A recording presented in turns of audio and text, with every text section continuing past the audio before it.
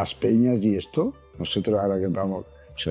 se están introduciendo mucho que hablamos nosotros, que las chicas tenéis que venir a las peñas también, porque la gente muchas peñas sí y otras Desconocen, no. ¿no? Desconocen totalmente. Ya. No, es que sí, lo que yo siempre les digo a los presidentes de PSA, sí, si nosotros venimos con chicas que vosotros no conocéis, no le decís nada, chicos, no le decís a los peñistas, va a venir fulana y le digo, aquí hay su currículum. Si te traigo a Alexia o a Italia y esto, sí, las conoce Claro, todo el pero mundo. nosotros es lo que hablábamos. Hay que patrocinarlo y eso irá sucediendo. Ya. Eso irá sucediendo. Ahora ya Alexia irá y la conocen, y Aitana Ahora sí, la claro, conocen, claro, y sí. irá a Mapileo y la conocen. O sea, Sí.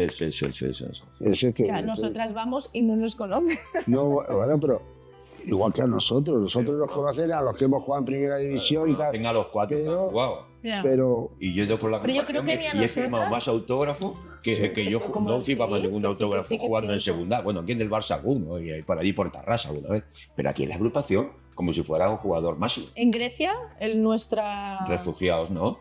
No, El de los refugiados. nosotros fue para un hospital. Lo que se sacó ese partido era destinado para, nos dijeron, para Eso. crear un hospital. yo en ese aspecto de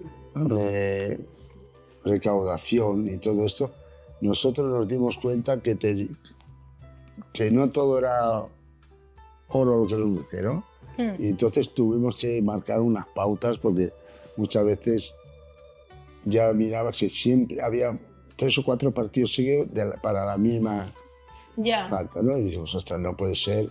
A ver, ¿quién lo hace? ¿Quién lo monta? ya, que esto, finalidad, ¿no? que la ¿Qué finalidad finalidad? fuera esa, Exacto. ¿no? Entonces tuvimos que pedir, ya que en vez de un nombre, una persona que es, yo soy del club fulano de tal y queremos que vengáis a hacer para beneficio de tal y cual, eso lo hemos sacado un poquito.